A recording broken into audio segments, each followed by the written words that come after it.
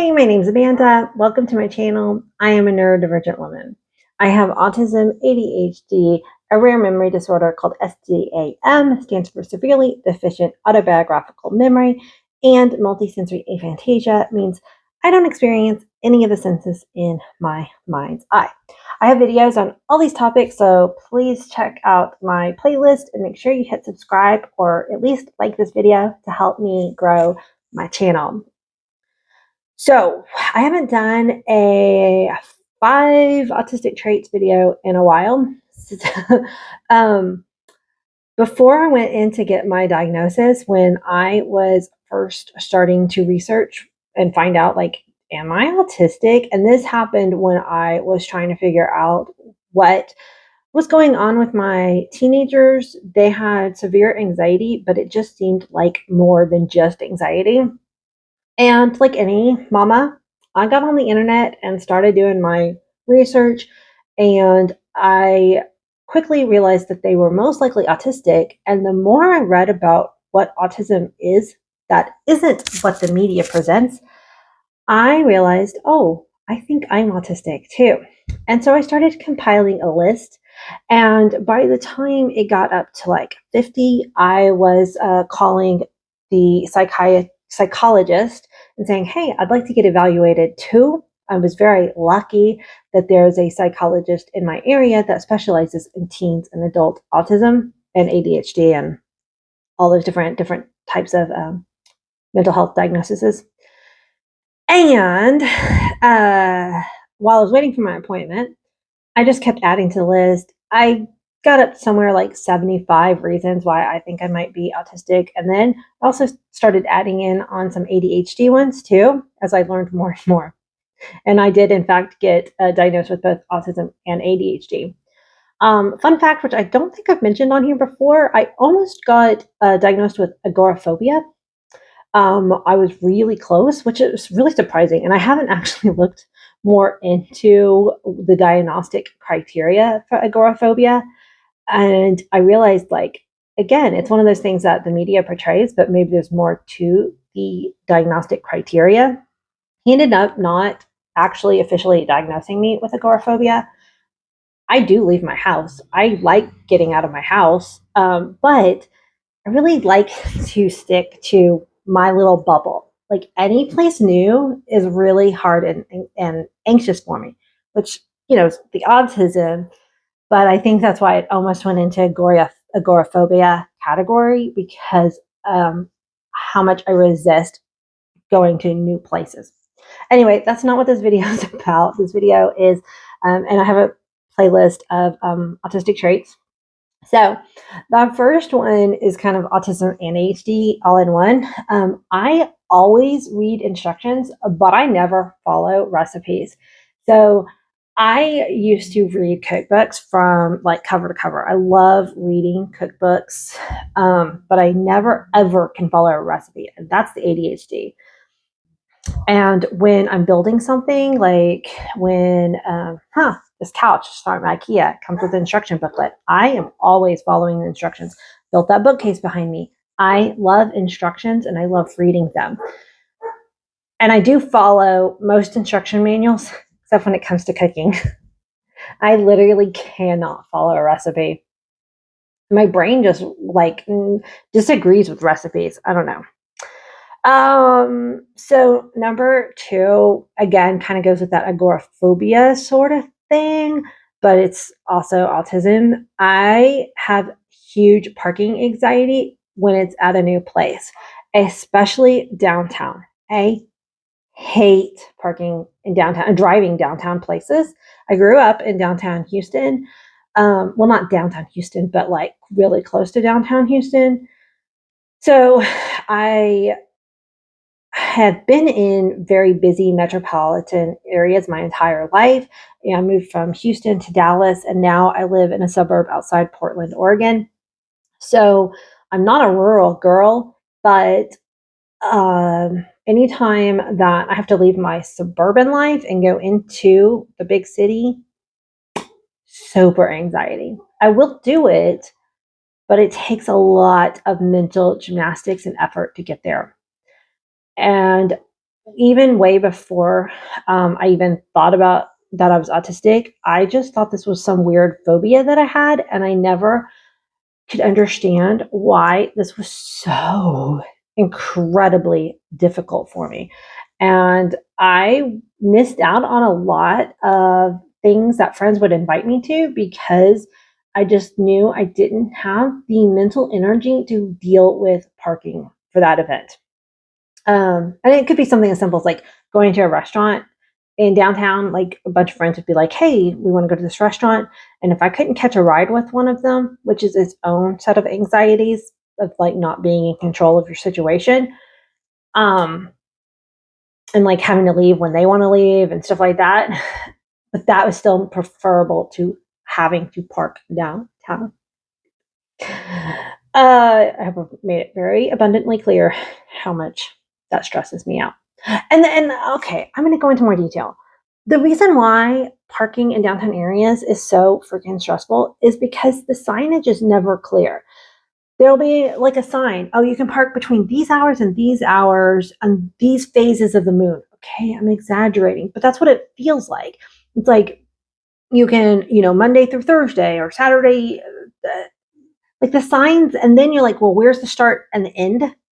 Like it'll be one sign in the middle of the road, and it's like, is that from the end of the block? Is it this part? Like, it's really confusing.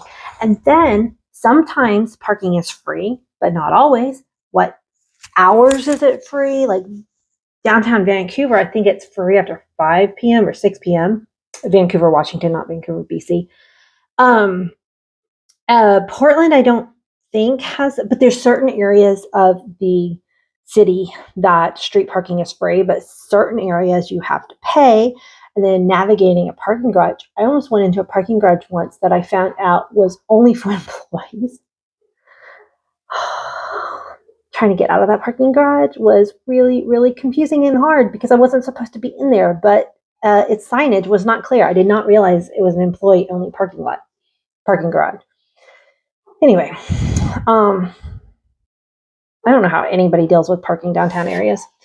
All right, number 3, being misunderstood by friends often. This, I'm surprised, is so far down on the list because the ones that I'm reading right now are 44 through 48 on my list.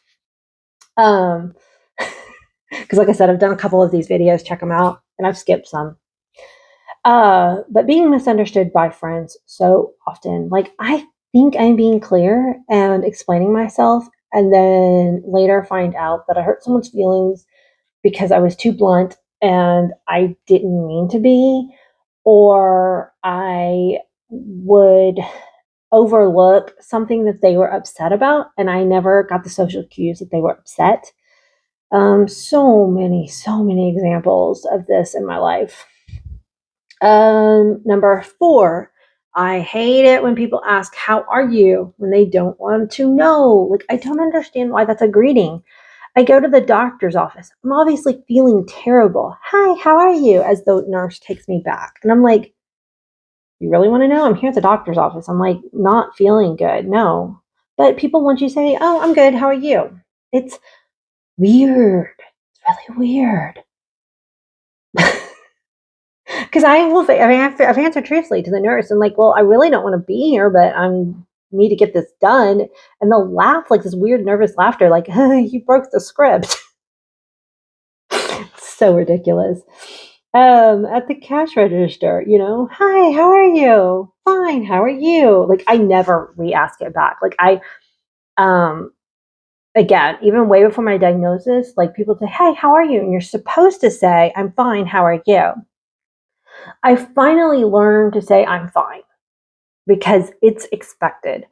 But I never ask, how are you back?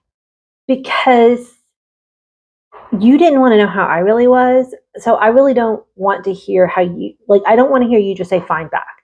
If I ask you, it's because I really want to know how are you, and please spend the emotional time and effort to talk to me about it because I'm honestly curious at that point and I want to support you.